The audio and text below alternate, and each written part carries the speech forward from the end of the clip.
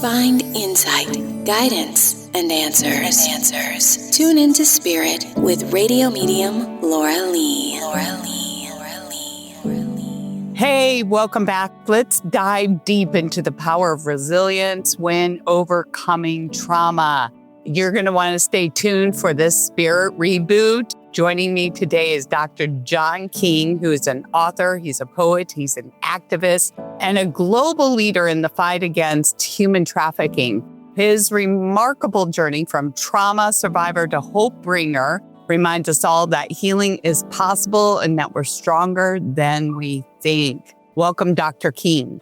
Hey, yes, amen to that, sister. That's great. That's true. So your story is of incredible resilience. Can you share what inspired you to take your personal journey of healing and turn it into a mission to help others live well after trauma? So I had recall of being sexually abused, some would call it trafficking, back in 2008. It was a Thursday and my whole world collapsed. So I spent the next 15 years and really that first 7 years trying to find help, and I couldn't find any. But here I was a 45-year-old man, and this is 15 years ago. We didn't talk about men being sexually abused or trafficked, particularly if their traffickers were female. So there were no resources, no support groups. No one wanted to have a conversation. So I went from having a very gregarious, full, successful life to a complete locking with a chronic stutter that embarrassed people, lost everything. And I thought, I need to do this for me. My desire was to get better and get well. And along the way, it was like, wouldn't it be fantastic if I could shorten the journey for somebody else? It's beautiful what you've turned it into. Why do you think this conversation is especially urgent for people to hear right now? I think we've become very disconnected, and some people will blame it on what happened in 2020, but I think this disconnection was happening for a long time. Families breaking down, society's changing, and you can't have that connection when you're not authentic, not true to yourself. So we've got generations now of people who have no sense of who they are, and they can't connect to anybody else of substance. And I think there's a wake-up call happening, a soul call, where people are going, you know what, I want something more, I'm worth something more, and I want to build something more.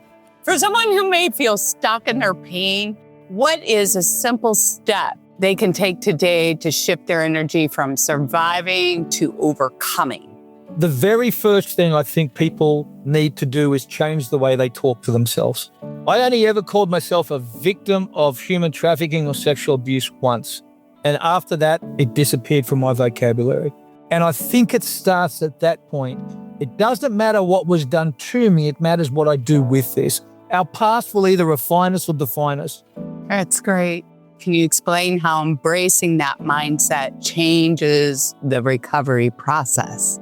When you allow your internal narrative or the external narrative to affirm yourself as a victim, then you're totally powerless.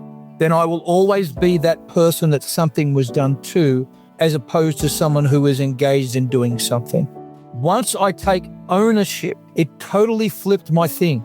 I had survived. I had overcome. I was alive. My stories are cries of victory. And once you have that shift, then no one has power over you anymore. Your past, the victimizers, no one does. You are totally in control of what you do and where you go. It's powerful. Now, for listeners who feel called to learn more, I understand you have a foundation, the Phoenix Collective. Can you explain what it is real quick? Yeah, the Phoenix Collective grew out of our work with anti-human trafficking and trauma recovery.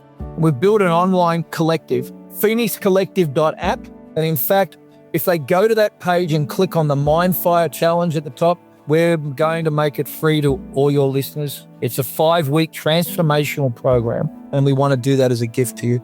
That's wonderful.